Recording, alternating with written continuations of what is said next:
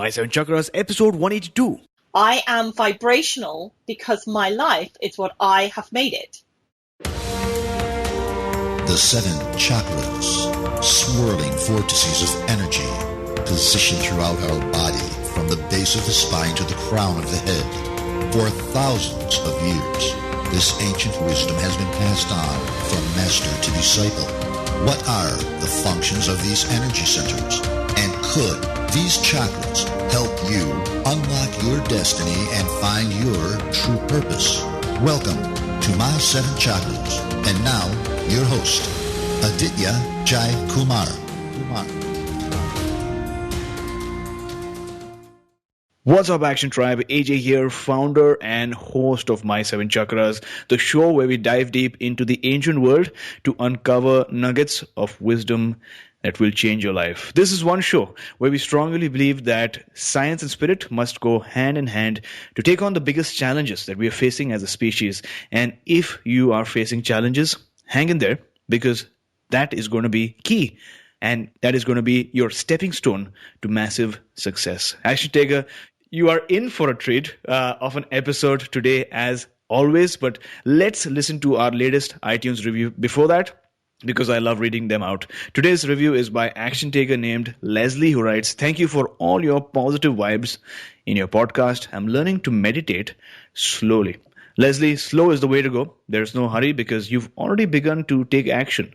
I'm so glad that you are learning how to meditate, a lifestyle change that is going to bring you loads and loads of benefits. Action Tribe, if you want your own review to be read out as well, make sure you leave us your thoughts, your experiences, and your views in the form of an iTunes review. Our listeners know, and you can leave a review in two simple ways. If you're already on the podcast app on your iPhone, just hit the review button and then hit write a review.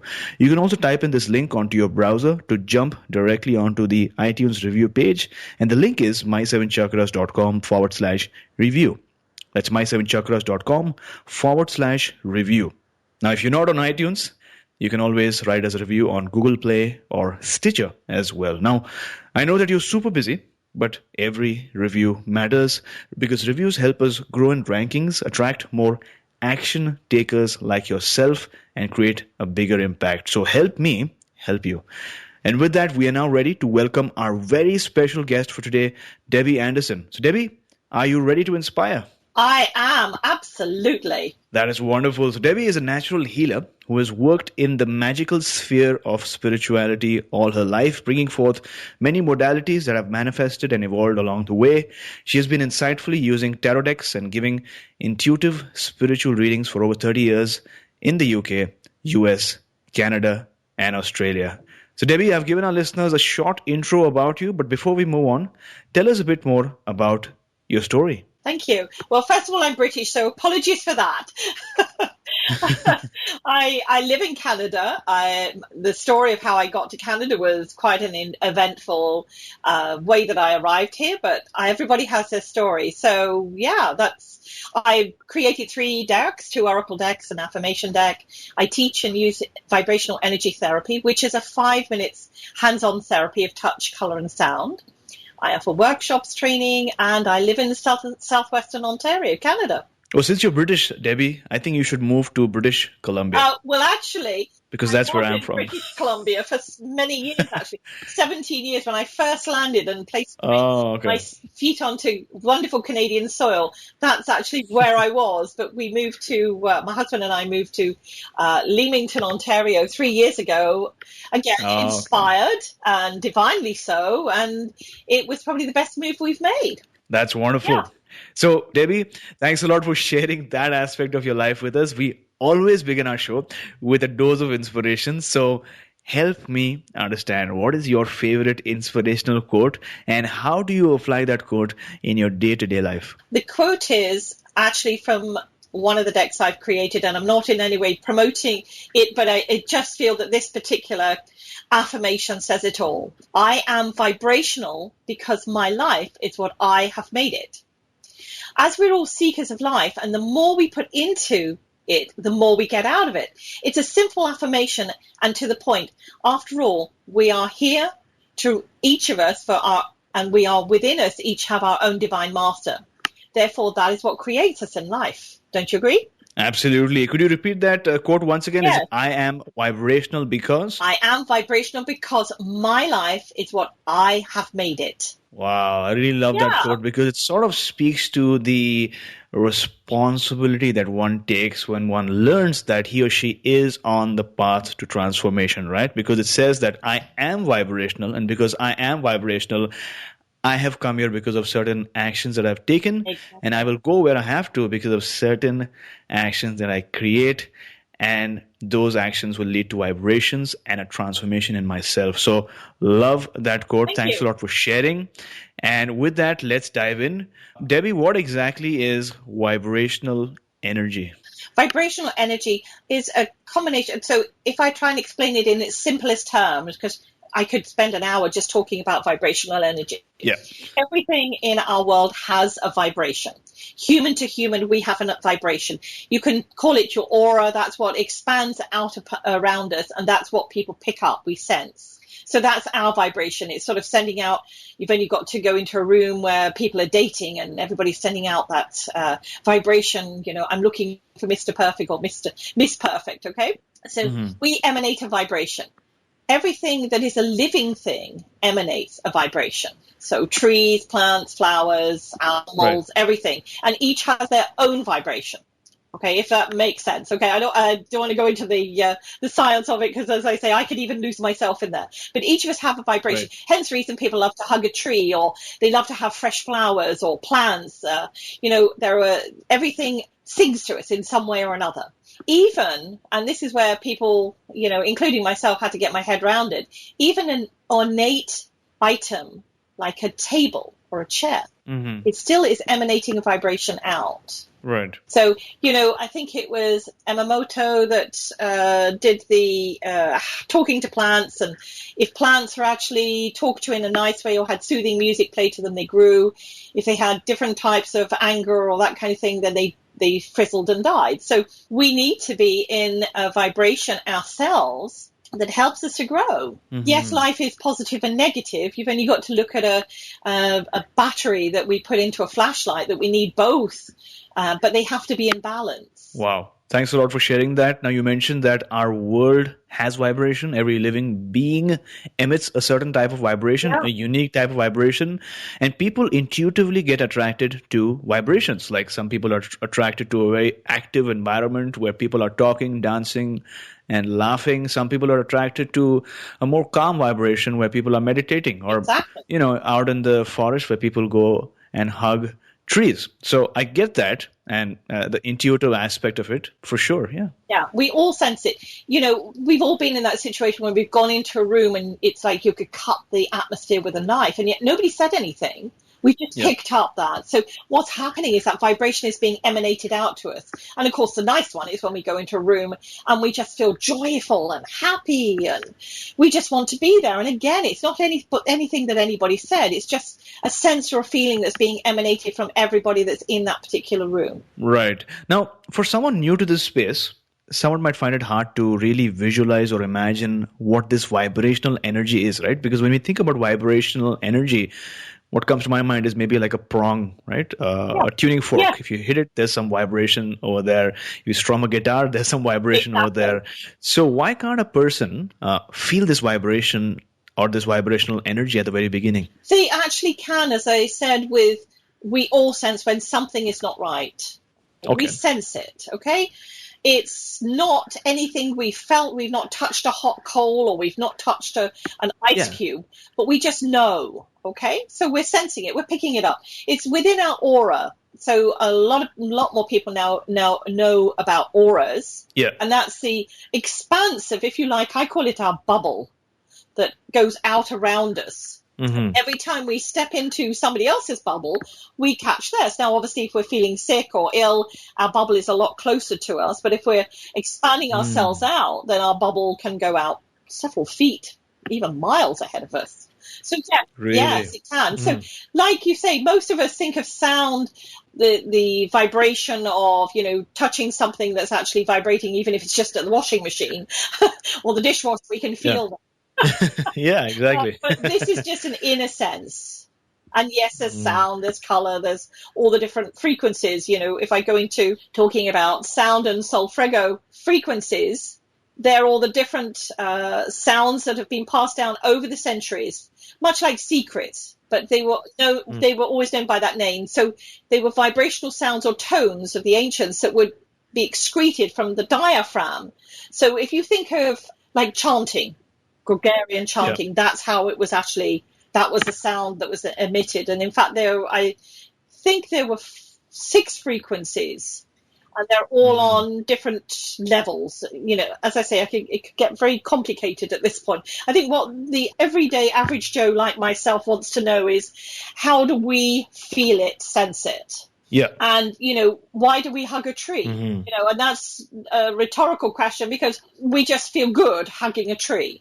So there's a vibration that's coming from that tree. Why do we buy flowers and have them, or plants? Because it makes us feel good. It calms us, or it makes us feel like we're outside. So we're connecting with those frequencies that are being emitted. So hopefully that makes sense. Oh, no, it absolutely does make sense. And sometimes, as you mentioned, sometimes an energy might be so mystic, that you might have a hard time defining it, because even the ancient philosophers we're still trying to find it, right? Yeah. And I think the Chinese have this term, which is falling in love with the question, where you sort of say, okay, there is this vibration or this energy that's there. Yep. I'm not going to spend all my life finding out where that's come from. But now that it's there, I'm going to find out how I'm going to use that to benefit my life. And now, speaking about vibrational energy therapy, what exactly is that? It's something, I have to sort of step back a little bit. Actually, we're talking about vibration. If we think of radio waves, sure, we get sound emitted from a radio wave, but we can't actually see it. Okay, so it's emitted through something that comes to us, like a phone, that kind of thing. So anyway, stepping back, when did I first start this? It was in 2012, actually. I was given a download, if you like, from Spirit with this vibrational energy therapy. And at that point, I didn't even know what it was. I just know I woke up in the morning. Now, my hubby, Chris, is not a morning person.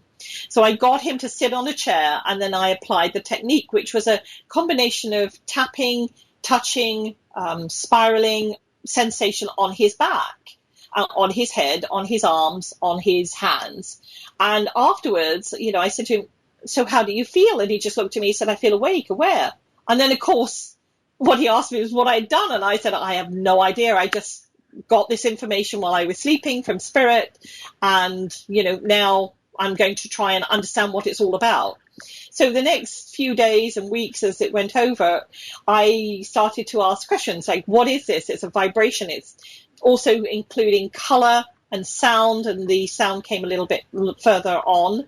The colors, I was given all different colors that I was to use as well. So it's basically a 5-minute hands-on treatment. So it's just gentle tapping and touching around the shoulders, the back, the arms, the hands, and the head area. Now, what I went on to learn afterwards is we have our chakras that run through our body. Most people know about our 7 chakras that run basically through from our head down to through our spine to our buttocks. But if we actually looked at an acupressure chart, the body is made up with thousands of lines, meridian lines that run through our body. And that was what it was working on. It was working on these different meridians as a form of alignment or readjustment, if you like. And the thing is, it didn't work in any one particular way, because that was my next question. I'm a questioner, I'm probably one of Spirit's biggest headaches, if you like, because I'm always questioning if I get something, what does that mean? Why do I do it? And they're probably like, just get on and do it. But even being a clairvoyant, from my perspective, I have to question things. I'm probably the biggest doubter in the universe. So I had to question what this meant. So then I started to ask people that I knew and places I go if I could work on a person and just get their feedback. And what I was finding was that everybody had a different response. So some people would say, oh, I feel relaxed. Some people say, I feel like a release. And other people say, I feel I know what I need to do now. So it was all over the place. So what I concluded it did was just realigned all our chakras, our meridian points in the body just through the vibration of the tapping, connected with a person always at the end of the session getting a color. They would just, I would, at the end of the treatment, which was, it's only 5 minutes, I would say to the person, what color do you see or sense? The first color that comes to mind. And people would say a color, and they would look at me afterwards like, where did that come from? And even people would say, dismiss it and say, well, I saw brown on the wall as I closed my eyes, so that's where I saw the color. Or, I was wearing a red top, or that kind of thing. And then they would read the information based on that color and then look at me afterwards and say, it wouldn't have been a color I'd have chosen, but what's in there makes sense. So, yeah, I love it because it leaves me sort of with the kind of thing. So it's a basic combination of three things. The sound playing in the background. While the person's having the treatment, I'm tapping and touching the shoulders, the back, the arms, the hands, and the head area. And then afterwards, I ask a person, what color do you see or sense? And they always see a color. And in fact, many people have said to me, I wouldn't have chosen orange. It's the color that I detest the most. Or I would have chosen pink or purple or blue or green or whatever. So when that happens and then they read the definition of that particular color based on what they've just had, I always say to people, if it resonates with you, take it on board. And if it doesn't, let it go. So again, it's not making somebody feel they have to accept it. So so then it's stepping aside the responsibility, because with some things it's like we have to feel this way or we need to feel that way, and so people already have a preconceived notion of what they need to be or feel or sense or that kind of thing. So I take that all away, or Spirit takes that all away from them. If it resonates with you, take it on board. If it doesn't, let it go. Right. Now, quick question. Yeah. Why do we need this vibrational energy in the first place? What are some of the benefits based on some of the people that you've treated in the past? Well, the benefits that I'm hearing that are coming back from people is that they feel aligned, they feel relaxed. They just sense that there's a calmness about them. So it's like, why do people need Reiki or massage? Or there are thousands of absolutely amazing healing offerings out there, and each person goes to them because it works for them. Now, somebody might go to Reiki and it's absolutely fantastic. And then somebody might go and have access bars and that works for them. I suppose it's a bit like being a girl or a woman. We have thousands of different kinds of clothes shops. One's going to meet somebody's benefit and it's going to work for them, whereas another one may not. So I don't think this is the be-all or the end-all. It's just another therapy that may work for people. The one thing that I have found with it, because it's only 5 minutes long, it works very well with children. Now, as we all know, with children, it's like the attention span of a goldfish. I think I'm a child there because that's me. But for them to sit and have a Reiki treatment on them is something that they don't always embrace. I'll give you an example. I was in Australia a few years ago, and one of the hosts that I was at her store, her son had been having a stomach problem. Now, he was a very spiritually attuned child, and she had said, well, he won't let me do Reiki on him. So I sat and spoke to him and I said, would you allow me to do this? And I explained what it was. And he said, sure, okay, do it. So after 5 minutes, we'd finished. He said, is that it? And I said, yes, that's it. So he said, that was quick. I like that. And then afterwards, because he'd been laying on the couch at that point with the blankie over him, not feeling very great, and he got up and he's bouncing off the walls again. And both Mum and I looked at each other, and he turned to her and he said, Mum, you've learnt this, haven't you? And she said, yes. So he said, I want you to do this on me from here, from here onwards kind of thing. So we both laughed afterwards. So I said, so it was really good because it was quick, it was simple. Yeah.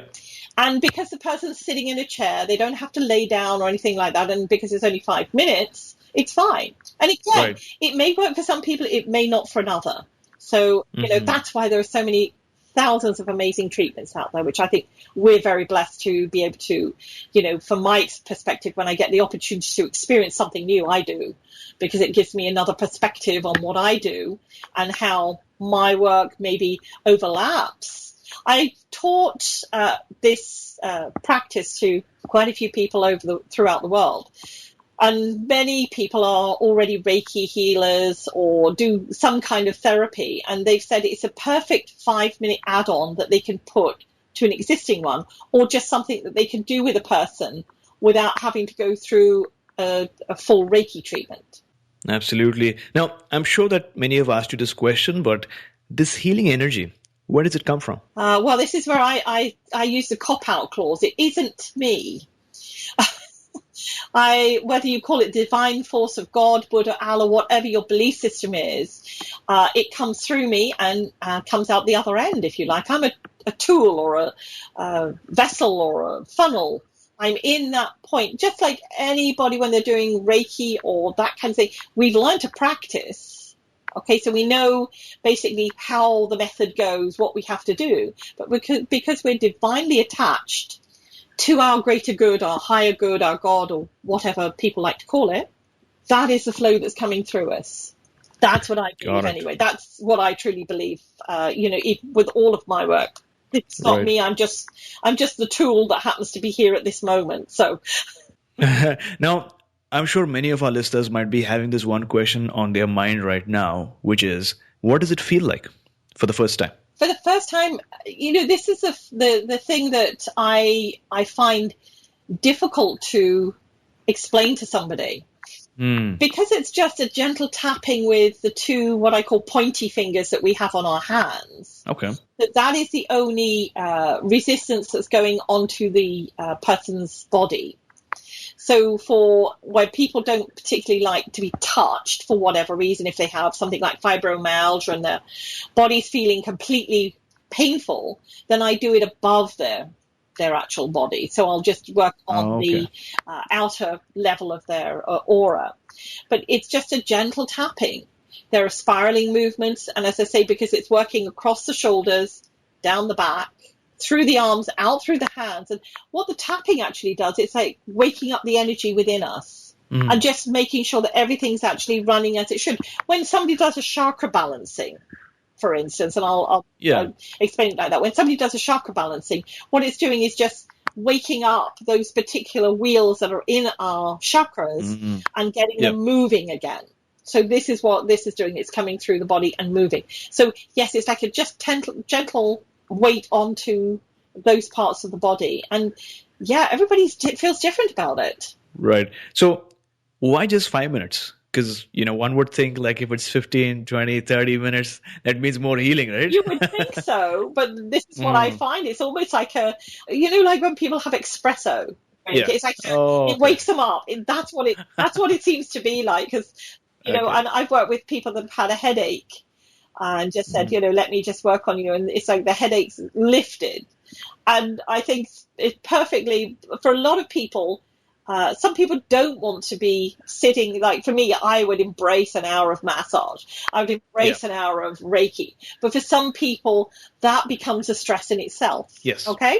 So, yes, it's there. It's available in that. And as I say, many practitioners that have already learned this technique actually use it as an add-on, as an additional part from what they're already doing. So I see this as the perfect practice or modality for someone who maybe is a skeptic, right?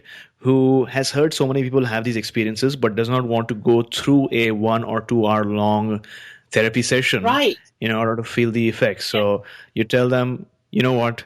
I know you want this, and you don't have to sit for 1 hour or sleep for 1 hour. You just try it for 5 minutes.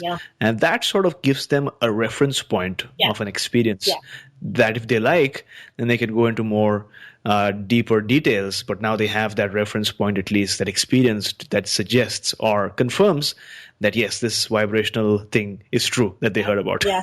Well, the one thing that I've found is if I'm at shows or metaphysical, a lot of people come up to me and say, can you just do the vibrational energy therapy on me? Because, I'm just feeling drained at the moment. So I usually have a little sign on my table where I am, free vibrational therapy.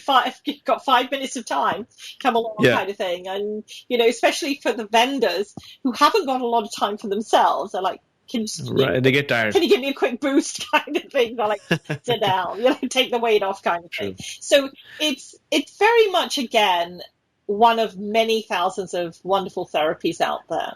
And for some people, they're not going to want to have it. They're going to want to try the hour-long massage or the hour-long Reiki. But it's there. It's just another therapy. Sure.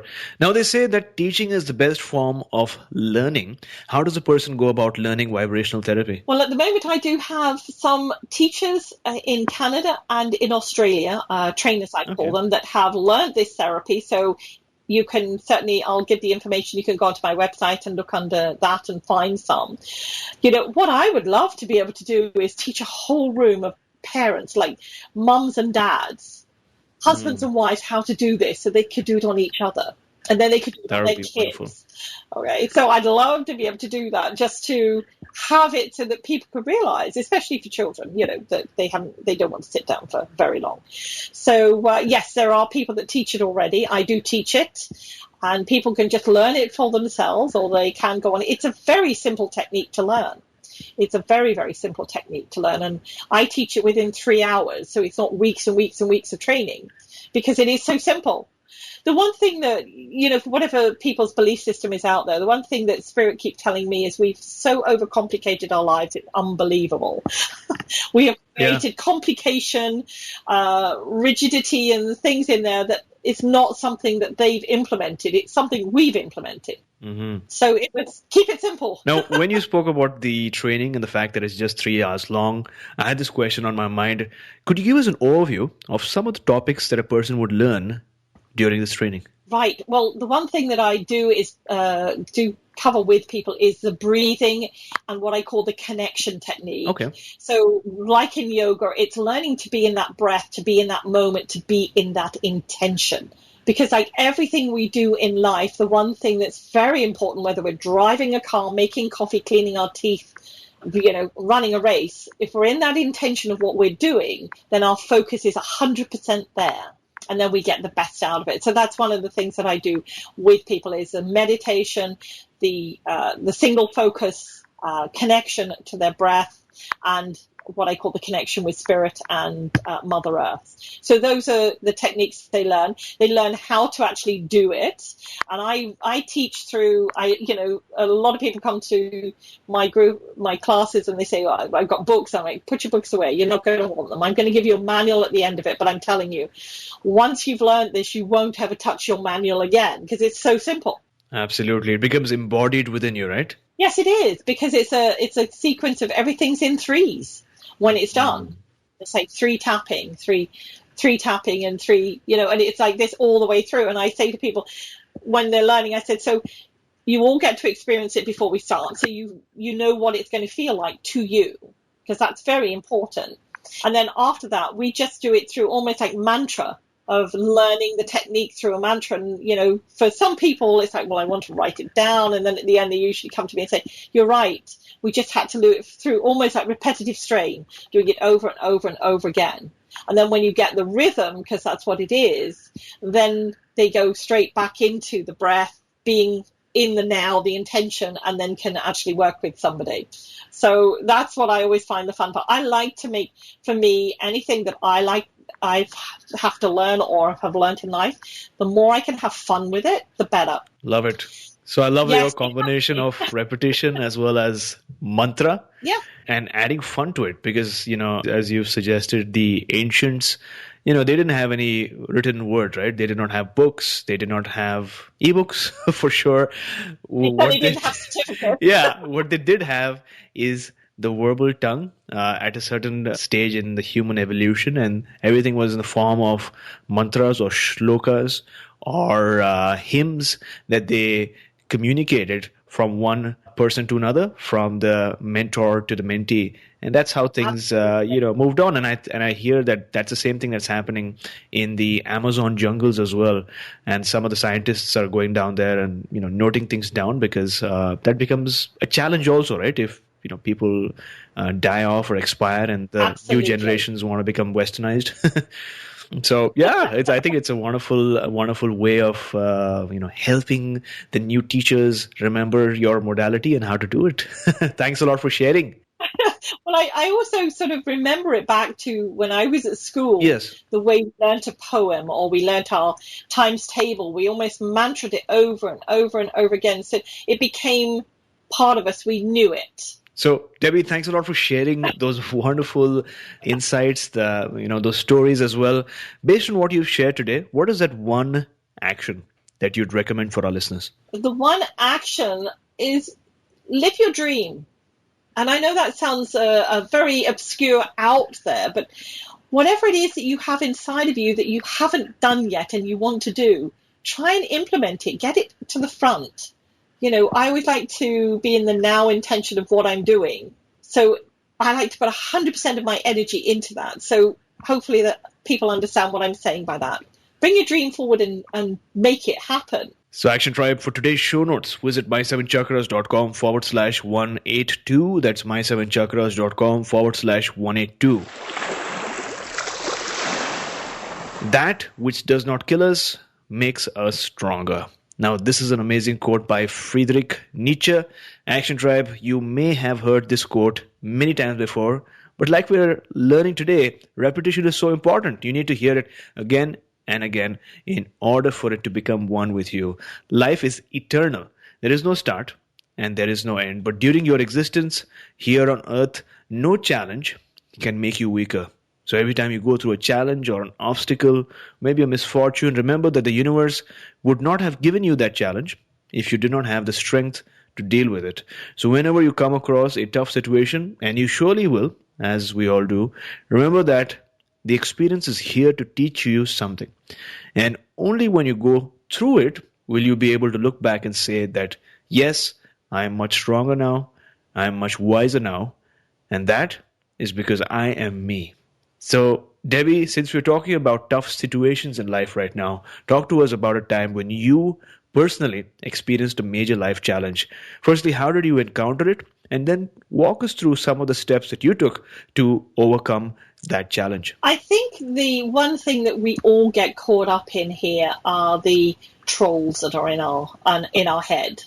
Okay, so I'm trying to think of a particular tough challenge because, all right, one of my toughest challenges was when I was told by Spirit they wanted me to create my deck, and I had no idea. So it was like a baby being thrown into the water and being expected to swim. So I actually had to stop and really think about this. Did I want to be published? Of course I did. So went through that and then realized it wasn't going to work. So I always call it's a process. Any tough situations or any situation we get into, we have a process. This is going to work. This possibly might work. This is definitely not going to work. So we start to break down those things. Okay. When we identify that we have the information within us, okay, we have everything there. We just have to tap into it. This is where I was saying the trolls get involved. That's when we go into our head center, our mind chatter, the naysayers. When we go into our heart center and actually listen from there, that's when we get the truth that comes through for us. And for everything, when you're going through, whether it's a small thing or a large thing, as you've said, we're sent it for a reason. And it's something that we're never sent anything more than we can actually handle. And when we actually overcome it, we are stronger. But if we look at all the when people say, well, bad things happen and to good people. But when we look at some of the bad things that have happened to good people, the great things that have come out of it because of it, that wouldn't have happened if they weren't put in that situation. Mm-hmm. So you mentioned that you realized that a process was going to be really essential, right, to getting you there, and you realized that you had the wisdom and information within you. What did you do after that to get to creating your decks? Well, for me, it was sitting and listening. Patience is not one of the virtues I've embraced this life yet. I think it's one of the challenges that I was sent here to overcome, and my husband will laugh at that because it's always the one thing he says to me, have patience. But because I have Spirit, my connectors, my helpers, my angels, my guides there that help me, I also have an amazing support group of people in my life that are there to listen to me, give me ideas, sometimes give me the reality check I need. And I think that's something that all of us have. I'm hopeful that you have in your lives, because that's something we do need. We need the people to spur us on. We need the people to just once in a while say, hey, you need to stop. You need to take a breath. You need to rest. Mm-hmm. And we need to listen to what's happening in our heart center. we have all the answers within us, as I say to people when they say, can you teach me something? And I say, well, truly, I'm not teaching you anything. All you're doing is reconnecting with what you already know. And that's something that for any major life lessons that we have, we've just got to stop a moment, go back within and reconnect to our God, our Buddha, our Allah, whatever our belief system is, and get the answers. So looking back now in just one sentence, what is that one major life lesson that you'd like to share with our listeners? To listen to the inner you, to not give up. Because if you do, how on earth do you expect others to believe in you? Well, thanks a lot for sharing that story with us. You said that the major challenge that you faced in your life was that you got the message that you had to create a deck, but you had no idea how you would do that, right? Exactly. But you trusted it, and you realized at a certain point that overthinking would not help, but the fact that, getting there would take a process. Mm-hmm. And that you would need to work step by step by step, right? You realized that you needed to develop the patience.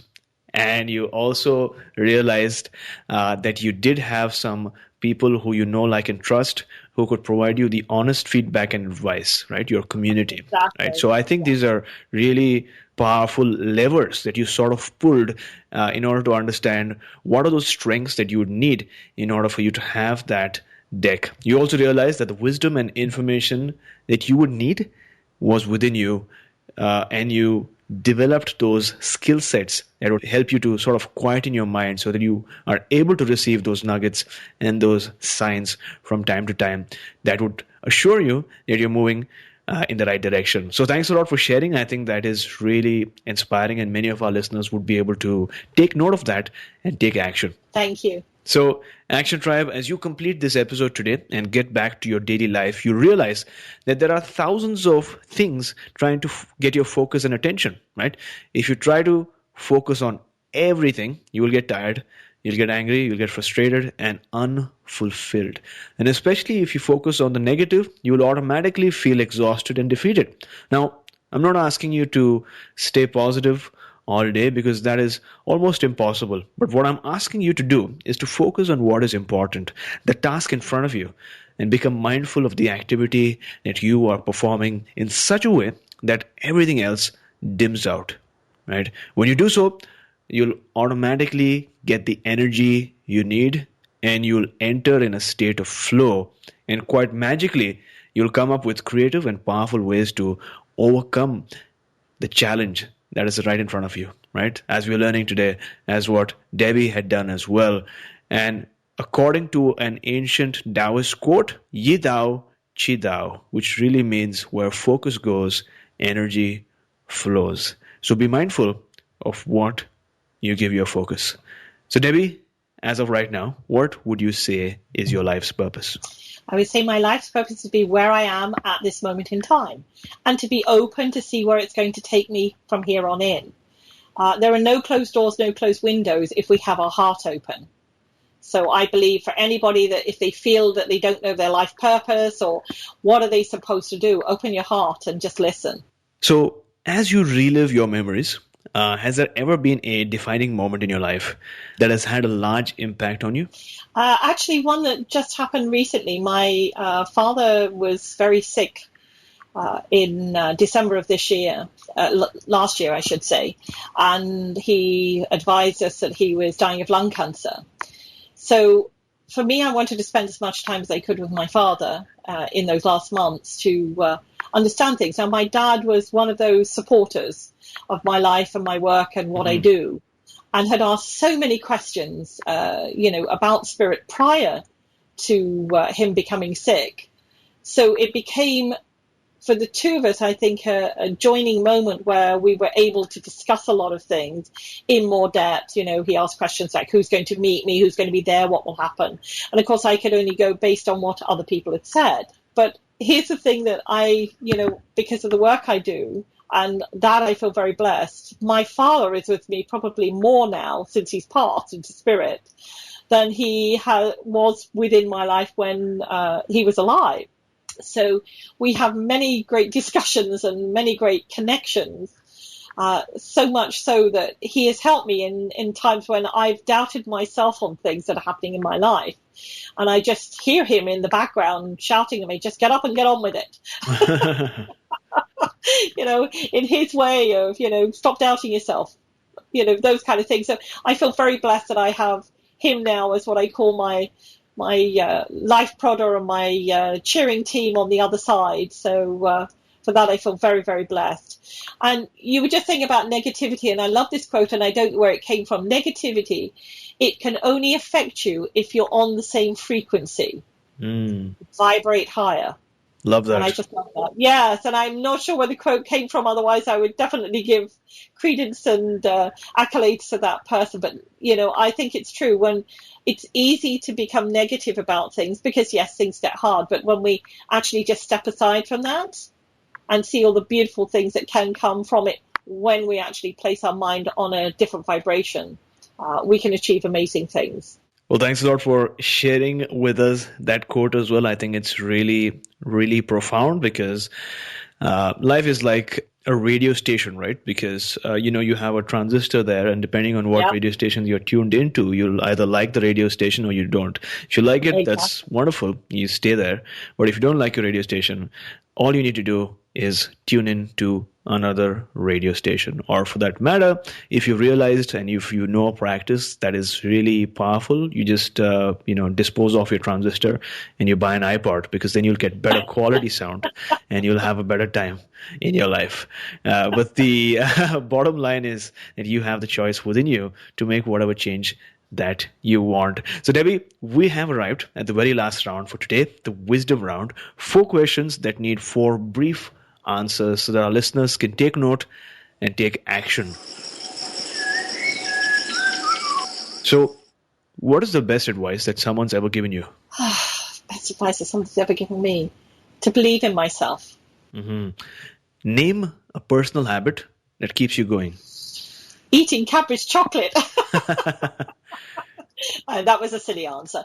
A personal habit of stopping myself when I can feel myself going into what I call a negative mode. It's almost like you feel somebody knocking on your head going, stop, and then wait, and then listen. Thanks a lot for sharing. What is your morning ritual like? My morning ritual? Oh, well, sometimes it's a get up and go depending upon whether I'm on tour or not. So my life is very much a different ritual then. I like to try and get up and spend time with my husband. And that is something that sometimes we're very blessed that we can do that in our lives, that we can have breakfast together and spend some time in the morning together. And then after that, it's straight down to work. Yes, I do like to meditate, but I'm not the best meditator in the world, which sounds really bad. I like to go out and walk if I can. That's my meditation. And I think a lot of people, when they struggle with meditation, just go for a walk in the peace and quiet of wherever you need to be. Forest meditation. Yes, or even if it's a shopping mall meditation. You can put your iPod on and put your music on and just go for a walk. Well, I would agree, for sure. Yeah. I think there should be a shopping mall meditation. And the reason why I'm saying that is because if you think about it, departmental stores and shopping malls do have consciously put some sort of scent, right? Some sort of perfume, which makes you want to buy stuff, which is not the best thing. But I'm just thinking about, what if you could create some sort of perfume that could make you do powerful things, right? Like for that matter, essential oils do. And I love essential oils. Yeah. But I think it's, you sort of touched on a very powerful point here is the sense of smell. And because of the fact that our olfactory nerves, are very close to the brain, right? So it's like a direct connection to our brain. And if you have the right scent, that can either make you really productive, really calm. It can make you sexually active, and it can make you buy a lot of stuff that you don't need, and you realize later on once the perfume goes down, right? We've only got to step into a coffee store or something like that. Exactly. We smell the coffee and we smell the baked goods there, and we've just gone in to get one thing and we come out with others. So yeah, and I think they strategically place these donut shops right in the way of passage, right? So that people smell it and go to the donut store. But thanks a lot for bringing that thought to our conversation today. Name a book that you'd like to recommend for our listeners today. Oh, wow. A book that I'd like to recommend. Actually, there is one, and it's by Debbie Shapiro, and it's the Body Mind Workbook. And she looks at the body on both sides, from left and right, whole body. So she's looking at it to do with diseases, with illnesses, that kind of thing. And basically identifies, similar to Louise Hay with hers, but without affirmations. And I think it's really good when we've got things going on in our body or the lives around us that we can understand. So it's the spiritual connection to what's happening with our body. So Action Tribe, once again, to get the show notes for today, visit my7chakras.com/182. That's our website, /182. So Debbie, thanks a lot for joining us today. It was an amazing experience chatting with you and learning some more about the vibrations around us. Before we end today's episode, tell us one thing that you are grateful for, and also tell us the best way our listeners can find you. I'm grateful for everything that I have experienced in my life, good and bad, happy, sad, right or wrong. It's made me who I am. Mm-hmm. And I think that's something that we all should identify with.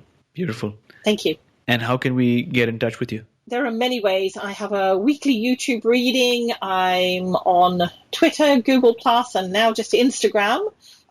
You can find me at my website, which is www.vibrational-energy.com. I think that, and Facebook and all the other social media sites. So look under Vibrational Energy, and you should find my name, Debbie Anderson, next to it. Perfect. We'll have your website link up in the show notes, and our listeners can just, click and go right there and learn some more. Debbie, thank you so much for coming on our show, talking to us about vibrational energy and taking us one step closer to a human revolution. Thank you so much, AJ. I've really enjoyed it. You were listening to My Seven Chakras. Go to mysevenchakras.com. Download your free gift, get inspired, and take action. Transform your life today.